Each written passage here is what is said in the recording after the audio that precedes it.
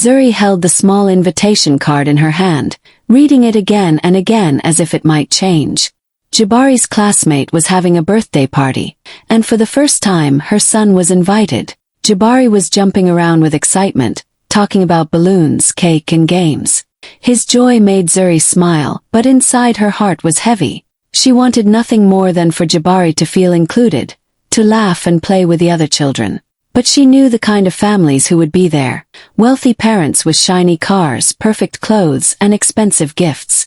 Zuri was a single mother working hard every day, and though she never let Jabari go hungry, luxury was not part of their life. That morning, she opened her small wardrobe and pulled out her best dress. It was old but carefully washed and patched. She ironed it with love, smoothing out every crease. When she put it on, she stood in front of the mirror and whispered to herself, "This will do.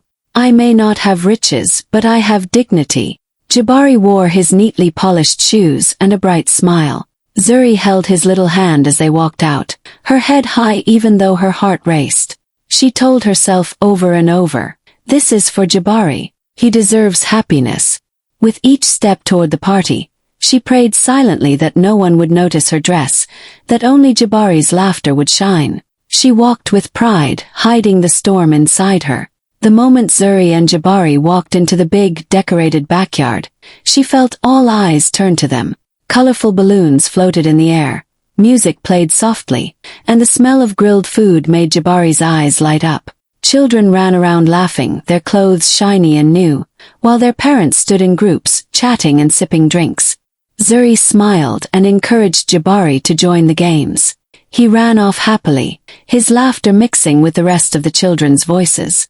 For a moment Zuri felt relief, maybe everything would be fine, but then she noticed the stares. Some parents looked her up and down, their eyes pausing on her simple dress. She straightened her back and tried to ignore them, but the whispers soon followed. One woman leaned toward another and said in a voice loud enough for Zuri to hear, "Did she come straight from the market?" The other woman laughed, covering her mouth, and added, "Even her child's shoes look second-hand." Their laughter stung more than a slap. Zuri's chest tightened. She pressed her lips together, forcing herself not to react. She held Jabari's hand a little tighter when he came running back to her, showing her a balloon he had won. She bent down, smiled at him and praised him, though her eyes burned with unshed tears. Around her, the whispers didn't stop. She caught fragments. "She doesn't belong here. How embarrassing. Poor child." Each word felt heavier than the last. She wanted to disappear, to grab Jabari and leave. But then she looked at her son's bright face, so full of joy, and she stayed. Inside, however, she was breaking. She thought of all the nights she had worked late, the morning she had woken early just to make sure Jabari had breakfast, the sacrifices she made so he never felt unloved. And now, here were strangers reducing her to her clothes, mocking her child as if his worth was tied to his shoes. She blinked fast, swallowing the lump in her throat. "Don't cry here." "Not now," she told herself. She straightened her shoulders and forced a small smile, pretending she hadn't heard a thing. But she had heard it all, and so had Jabari. He looked up at her with questioning eyes, his little fingers squeezing hers as if he, too, felt the weight of the whispers. Zuri gave his hand a reassuring pat and whispered softly, "It's okay, my love. Just enjoy the party." But deep inside she made a silent promise. One day they will see me differently. One day they will regret every word they said. And though the laughter around her continued, Zuri stood tall, hiding her pain behind quiet dignity, holding Jabari close as if shielding him from a world that judged too quickly and too cruelly. Jabari had been running around happily, chasing balloons and laughing with the other kids. But slowly, his smile began to fade. He noticed some of the children whispering and pointing at him. At first, he ignored it, thinking maybe it was just part of their game. But then he heard the words clearly. "Look at his shoes," one boy giggled. "My dad said they're old and dirty." Another girl wrinkled her nose. "And his mom's dress looks like something from the market." The children laughed, copying what they had heard at home. Their voices were sharp, cruel, and far too mature for their young ages. Jabari froze, clutching his balloon so tightly that it popped in his hand. The sound made the kids laugh even louder. He turned, his eyes searching for the one person who always made him feel safe. He ran back to Zuri and climbed into her lap, burying his face against her chest. She felt his little body trembling and wrapped her arms around him quickly. "Mama," he whispered, his voice shaking. "Why do they hate us? Did we do something wrong?" Those words pierced Zuri's heart. Tears filled her eyes, but she blinked them away. She couldn't let him see her break. She stroked his hair gently, pressing her cheek to his head. "No, my son," she said softly, her voice steady even though her heart ached. "We did nothing wrong. Sometimes people laugh at what they don't understand. But listen to me. One day they'll respect us. Just watch." Jabari sniffled, wiping his face on her dress. His small eyes searched hers, needing to believe her promise. She kissed his forehead and held him tighter, rocking him slightly as if he were still a baby. Around them the party went on, music playing, children laughing, parents chatting. But for Zuri and Jabari, the world had gone quiet. It was just the two of them, mother and son, clinging to each other against the cruelty of others. Zuri whispered again, more to herself than to him, "One day they'll see who we really are." And in that moment, her pain turned into determination. She knew she would carry that promise until it came true. Zuri could feel the stares burning into her back as she tried to smile and clap for the birthday child. Jabari sat quietly beside her, no longer laughing the way he had when they first arrived. His little hands played with the edge of her dress, and she knew he was still hurting from the children's cruel words. She leaned down and whispered, "Shall we go, my love?" Jabari nodded quickly, his eyes tired. With a polite smile that hid her pain, Zuri thanked the hosts, picked up her small handbag, and held Jabari's hand tightly. They walked out slowly, as if nothing had happened, her head high and her back straight. She would not give them the satisfaction of seeing her broken. The moment the gates closed behind them, the noise of laughter and music faded, replaced by the quiet of the street. Zuri let out a long breath she had been holding inside. Her steps were heavy as she guided Jabari home. He skipped a little ahead, trying to act cheerful again, but she could see the sadness in his eyes. That sadness cut deeper than any insult. When they reached their small house, Zuri unlocked the door, and as soon as it clicked shut, the mask of strength slipped away. She sat on the edge of the bed and buried her face in her hands.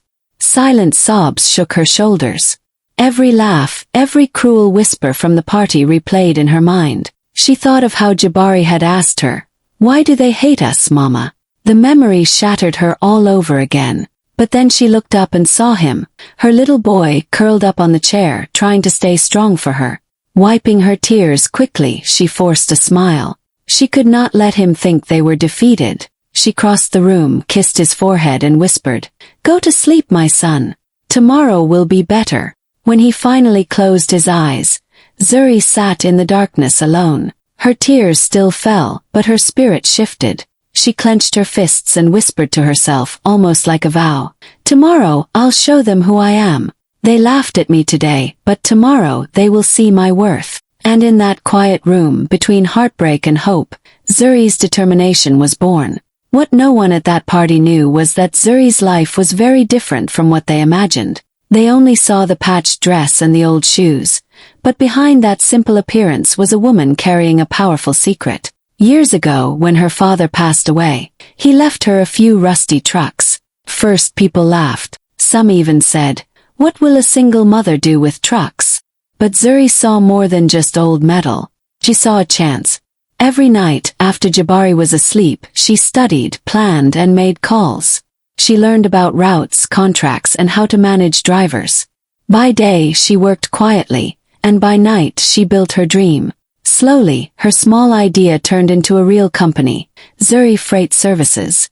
What started with 2 worn-out trucks grew into a fleet. She hired drivers, mechanics, and office staff. She treated them with respect, and in return they gave her loyalty. Her trucks began moving goods across Dar es Salaam, then to other regions, and soon she was known as reliable, strong, and fair.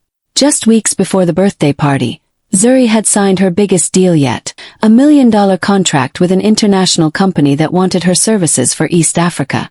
It was the kind of deal that could change lives, the kind that could secure Jabari's future forever. But Zuri hadn't told anyone. She didn't brag, she didn't show off. She carried her success in silence, like a secret crown no one could see. And that was why the whispers at the party hurt so deeply. They mocked her patched dress, not knowing she could buy 10 new ones if she wanted. They laughed at Jabari's shoes, not realizing his future was already brighter than theirs. They saw a struggling mother, when in reality they were standing in the presence of a rising empire. That night, as she thought about the cruelty she had faced, Zuri's heart hardened, not with bitterness but with resolve. She had stayed quiet long enough. The world didn't know her story yet, but soon they would. Zuri Freight Services, she whispered to herself in the dark, almost tasting the victory in her mouth. They will know this name. They will know me. She wasn't just a mother in an old dress. She was a businesswoman on the edge of greatness. And it was time to let the world see the truth. That night, after tucking Jabari into bed, Zuri sat alone at the table, staring at the small lamp flickering beside her. The words from the party echoed in her head, every laugh, every cruel whisper, every time someone looked at her like she didn't belong. She pressed her hands together and took a deep breath. Enough was enough. Tomorrow she would not walk with her head bowed. Tomorrow she would show them who she truly was. With steady hands, she picked up her phone and dialed her manager. His voice was sleepy, but Zuri's tone was firm. "Tomorrow," she said. "I need the black limo ready." There was a pause on the other end, then he replied, "Of course, madam." That one word, madam, reminded her of the power she held, even if she kept it hidden. She ended the call and quickly opened her laptop. For the first time in months, she thought about herself, not just survival. She ordered new clothes, carefully choosing a graceful outfit for herself and a smart, shining suit for Jabari. She imagined him walking proudly beside her, his little shoes polished, his head high, no longer the boy mocked for wearing second-hand. But when the lights were off and the house grew quiet, sleep never came. Zuri lay in bed with her eyes wide open, her mind replaying the insults like a broken record. Did she come straight from the market? Even her child's shoes looked second-hand. Each phrase felt like fire in her chest. Instead of crushing her, it fueled her. She thought about her late father, about the night she had spent working when Jabari was still a baby, about every tear she had wiped away silently. She remembered her son's small voice asking, "Why do they hate us, Mama?" That memory was the sharpest blade of all. "No more," she whispered into the darkness. She sat up, her fists clenched, determination glowing in her tired eyes. "Tomorrow they will see. Tomorrow they will know who I am." And so she stayed awake all night, not with fear, but with fire. The insults that once hurt her became her strength. By morning, Zuri wasn't just a mother in a patched dress anymore. She was a woman ready to step into her power and let the world see the queen they had mocked. The sun was bright the next afternoon when a long, shiny black limousine rolled slowly into the same neighborhood where Zuri had been mocked just a day before. Its windows gleamed, its tires whispered against the road, and it looked completely out of place among the regular cars parked along the street. Children playing nearby stopped mid-game, their eyes wide. "Look, a limousine!" one boy shouted, pointing with both hands. Others ran closer, their laughter now filled with wonder instead of cruelty. They had never seen a car like that up close before. The limo stopped right in front of the house where the party had been held. The driver stepped out, polished shoes clicking against the pavement, and walked to the back door. He opened it slowly, like it was a royal ceremony. Out stepped Jabari first, dressed in a neat little suit, his shoes shining, his face glowing with pride. He stood tall, holding a small gift bag in his hand. Moments later, Zuri followed. She wore a graceful, perfectly fitted dress that flowed around her like a queen's robe. Her hair was neatly done, her smile calm, her presence commanding. She didn't rush. She placed her sunglasses on slowly, then took Jabari's hand and walked forward as though the ground itself had risen to greet her. Gasps filled the air. Neighbors' jaws dropped. The same children who had laughed at Jabari's shoes yesterday now whispered, "That's his mom. She came in a limo." The mothers who had mocked her dress froze where they stood. One clutched her handbag nervously. Another's smile slipped right off her face. They couldn't hide their shock. Their words from yesterday hung in the air like ghosts, mocking them now instead. Zuri didn't look at them with anger, she didn't need to.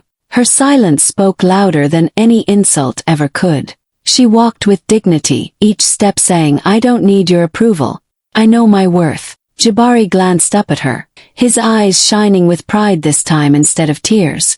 For the first time, he saw the way everyone else was looking at his mother, not with pity but with awe. The whispers spread quickly through the crowd. "She came in a limo. Who is she really?" But Zuri didn't answer. She simply smiled softly, guiding her son toward the house, leaving behind a trail of stunned silence and respect where yesterday there had only been laughter. As Zuri and Jabari walked gracefully from the limo, the street seemed to pause. People whispered, children pointed, and the same mothers who had mocked her only a day earlier stood frozen, unsure of what to say.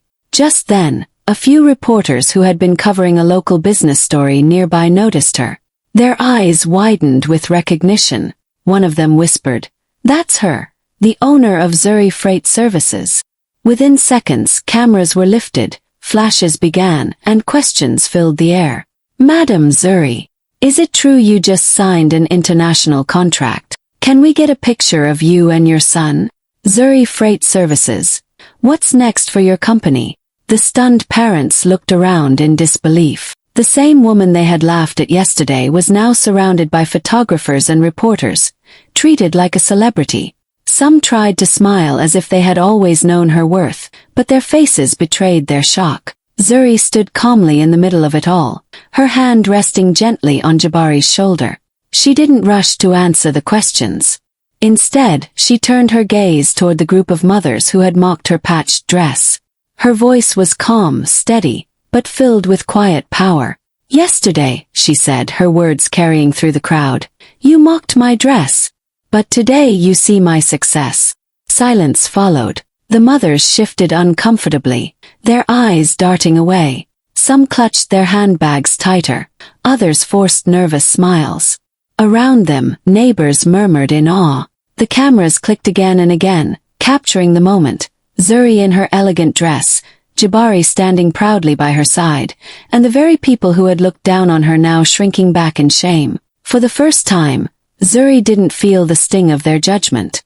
Instead, she felt the strength of her truth. She didn't need their approval.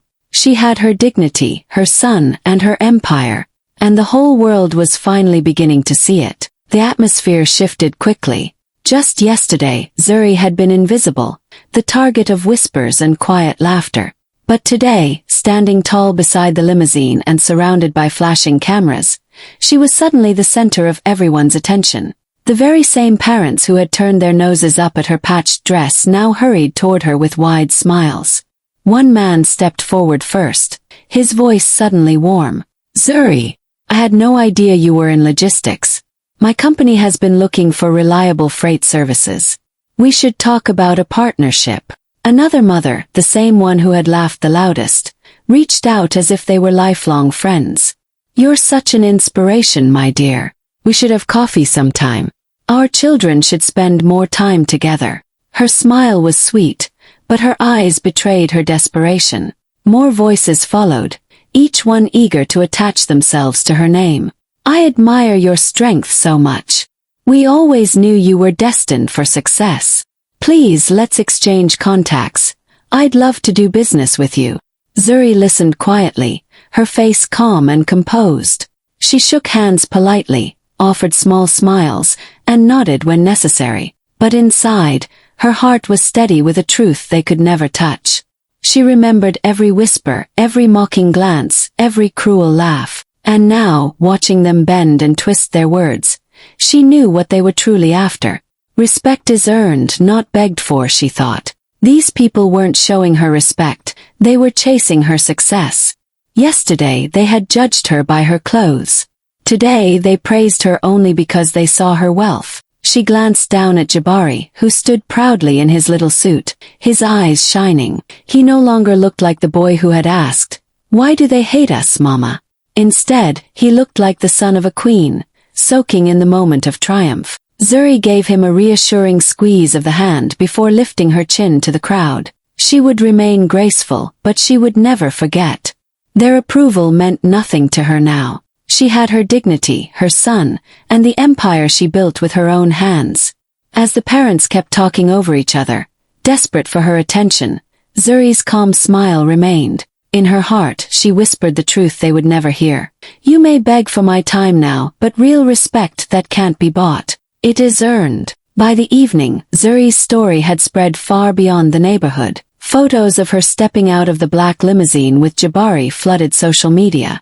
People shared the pictures again and again, adding their own captions. Some wrote, "True Queen energy." Others said, "Never judge a book by its cover." Within hours, her name was trending. News outlets picked it up next. Bold headlines appeared online and in the papers. The mother mocked for her dress who owned a logistics empire. The story of the single mother from Dar es Salaam who was laughed at one day and celebrated the next became a symbol of strength and dignity. Videos of children shouting, "Look, a limousine," went viral. Clips of reporters surrounding Zuri were replayed thousands of times. Strangers from all over the world wrote messages of support, telling her how much she inspired them. At home, Zuri sat quietly with Jabari, scrolling through the messages. He leaned against her shoulder, smiling proudly. For the first time, he wasn't asking why people hated them.